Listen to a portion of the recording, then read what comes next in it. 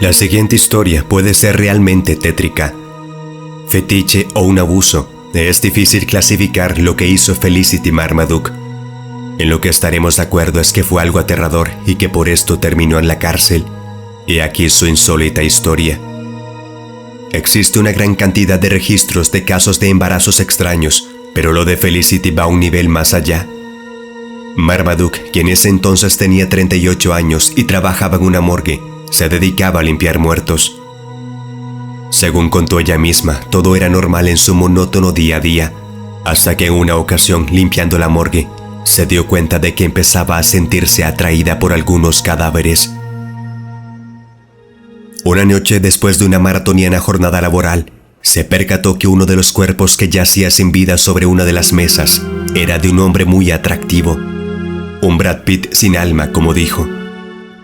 Felicity no pudo resistirse y confesó que empezó a tocar sensualmente al muerto. Incluso empezó a besarlo de manera romántica, hasta que en cierto punto logró notar que el cuerpo tenía una erección. Entonces su deseo se desató. Decidió mantener relaciones íntimas con aquel cuerpo sin vida.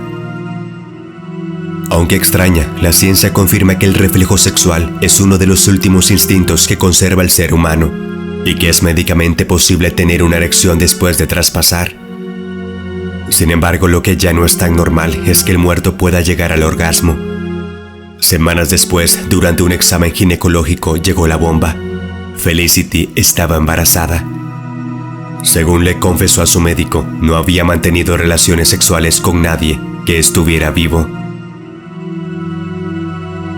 El caso estuvo en el ojo de la crítica mediática. Marmaduke fue condenada a pagar una multa de $250,000 con la acusación directa de haber cometido profanación de cadáver, es decir, haber tratado algún tipo de cuerpo sin previo aviso. Marmaduke empezó a contradecirse. Ella, embarazada en prisión, aseguró que realmente no había cometido tal acto y que en realidad el progenitor era un hombre vivo. Finalmente, el hombre misterioso nunca apareció, con lo cual se declaró que Felicity había estado mintiendo con la intención de quedar en libertad. Actualmente, el niño tiene cerca de 11 años. Él no sabe quién es su padre, posiblemente no se lo han dicho. Una persona que nunca lo conoció ni lo tuvo en sus planes. Un hombre que ya no existía en vida. Esta noticia para el niño sería muy traumática y devastadora. Actualmente, Felicity Marmaduke tiene 59 años y posiblemente ya cumplió su sentencia.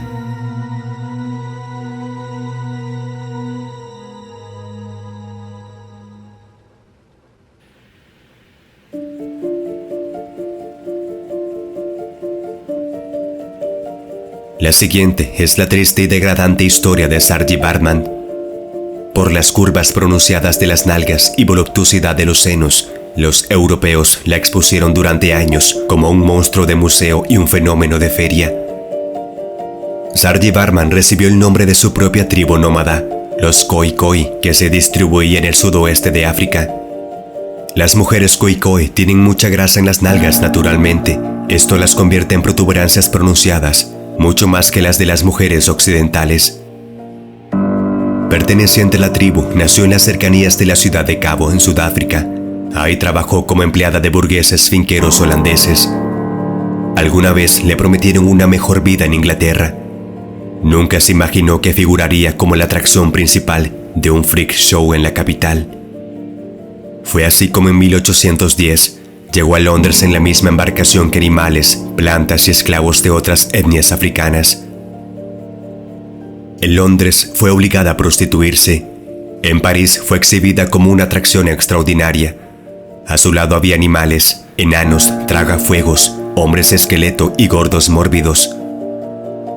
Para los espectadores, este tipo de eventos representaba una confrontación entre los límites del humano y lo animal, la civilización y lo salvaje. El colonialismo férreo que impuso Europa sobre los territorios dominados permitió ese tipo de tratas de personas y dinámicas asimétricas de poder sobre el otro. La Venus Hotentonte es ejemplo de ello. La violencia, por tanto, estaba no solo normalizada, sino que era de carácter institucional. en forma de supremacía blanca. Cualquier cuerpo que no se alineara al canon de belleza europeo era fácilmente clasificable como monstruoso, morboso y mórbido. Estas características causaban una fascinación oscura en las audiencias europeas que veían en la raza un motivo de exhibición. Para ellos, las personas eran motivaciones museísticas o de espectáculo, como objetos notables que les pertenecían. Por esta razón, cuando Saartjie Baartman murió, fue disecada y expuesta en el Museo del Hombre en París. No fue hasta 2002 que Saartjie Baartman regresó a Sudáfrica. Salió de su país de origen a los 21 años y regresó casi 2 siglos más tarde. Al fallecer a los 26 años, después de años de explotación laboral, su cadáver fue tratado como motivo de ciencia. Por esta razón la diseccionaron y su postura anatómica quedó acartonada en la misma posición.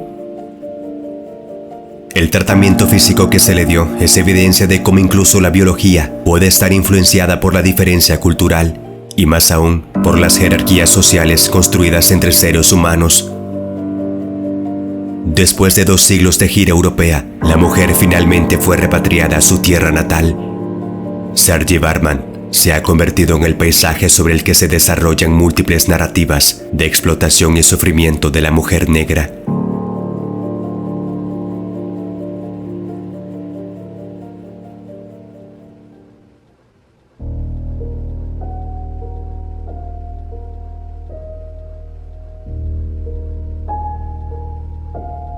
En la década de 1930, en un sitio remoto llamado Peenemünde, en el norte de Alemania, un equipo de ingenieros de cohetes que trabajaban para el ejército desarrolló el primer cohete de combustible líquido viable de la historia.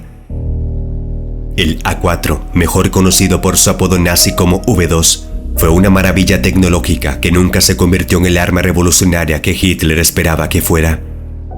A lo largo de su desarrollo, el V2 estuvo plagado de problemas técnicos y políticos. El menos conocido era que los técnicos bebían el combustible que se necesitaba para alimentar a los cohetes.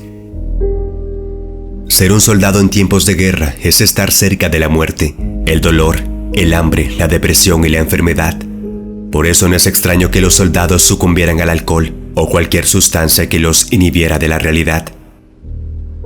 La escasez de recursos los llevaba a consumir sustancias que no eran precisamente para eso, como el combustible de los nuevos cohetes V2. Así de deprimentes son los tiempos de guerra. Cualquier pérdida de combustible tenía que informarse, y había tanta pérdida de combustible que se convirtió en motivo de preocupación. Los técnicos dijeron que era inevitable, que el alcohol etílico se evaporó o se derramó, pero Domberger, el creador del cohete, lo sabía mejor. El alcohol etílico es del mismo tipo que hace que la cerveza, el vino y los licores sean alcohólicos.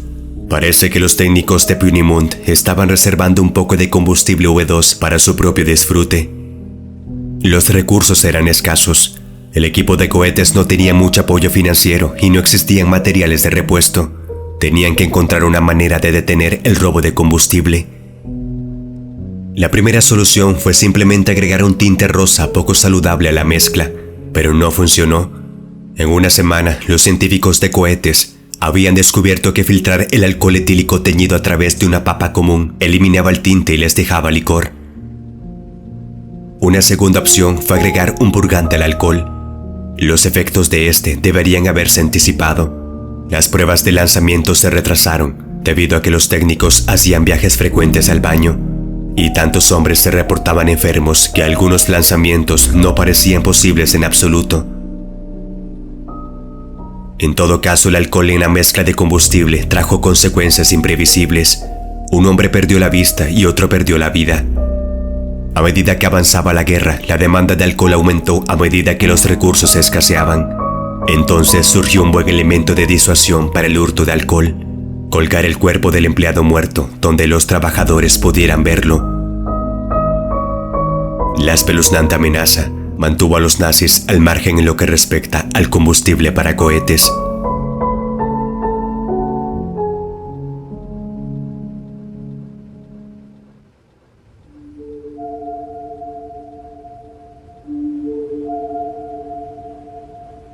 Durante la época victoriana, una moda descabellada cautivó a la aristocracia británica. reunirse para desenrollar momias egipcias saqueadas de sus tumbas. La fascinación por la cultura egipcia no es algo nuevo. Ya desde los tiempos romanos, los generales y líderes de Roma que viajaban a Egipto quedaban fascinados al vislumbrar las construcciones y monumentos que adornaban los paisajes egipcios, muchos de los cuales, como es el caso de las pirámides, ya eran estructuras milenarias incluso en ese entonces.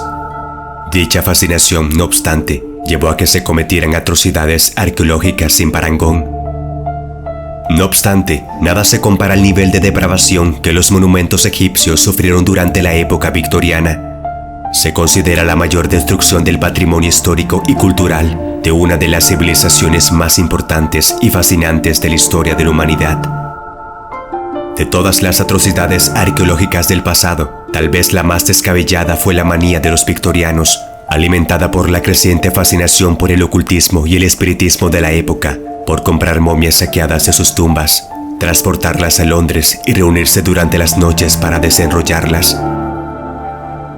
Mientras que algunas momias eran traídas a Europa como recuerdos y conservadas en colecciones privadas o museos, otras estaban destinadas a sufrir un destino mucho más terrible, es decir, ser desenvueltas públicamente en una fiesta.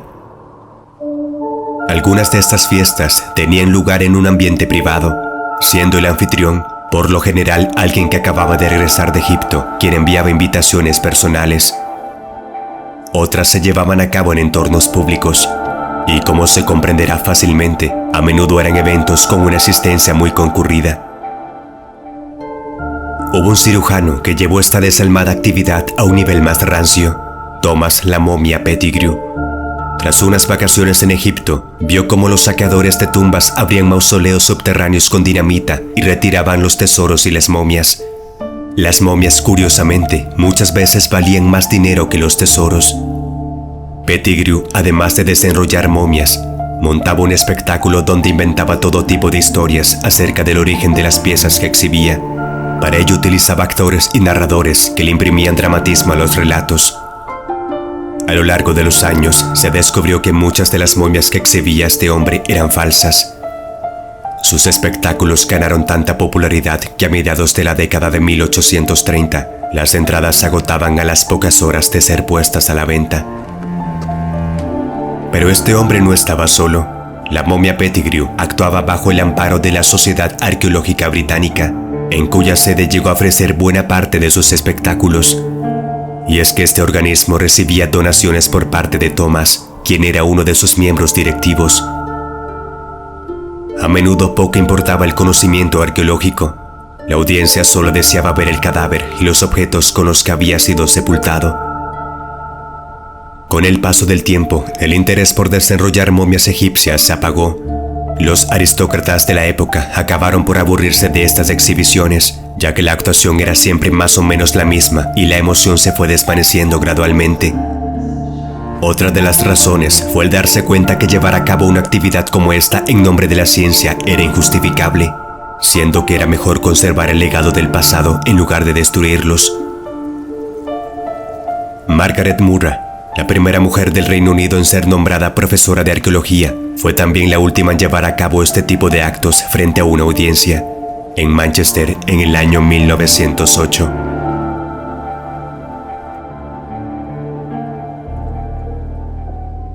Si te gustó, apóyalo con tu like. Si eres nuevo, te invito a que te suscribas a este canal. Aquí encontrarás toda una enorme biblioteca con las historias más extrañas de nuestro mundo.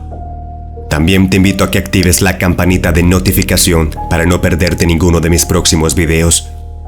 Si deseas apoyar este espacio de una manera especial, puedes unirte a la comunidad de miembros, que será de gran ayuda y motivación para mí.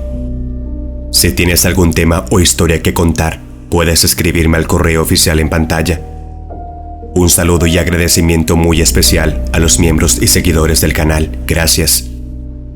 Recuerda, las historias son lecciones de vida que nos sumergen a conocer mejor el mundo en el que vivimos. Nos vemos pronto.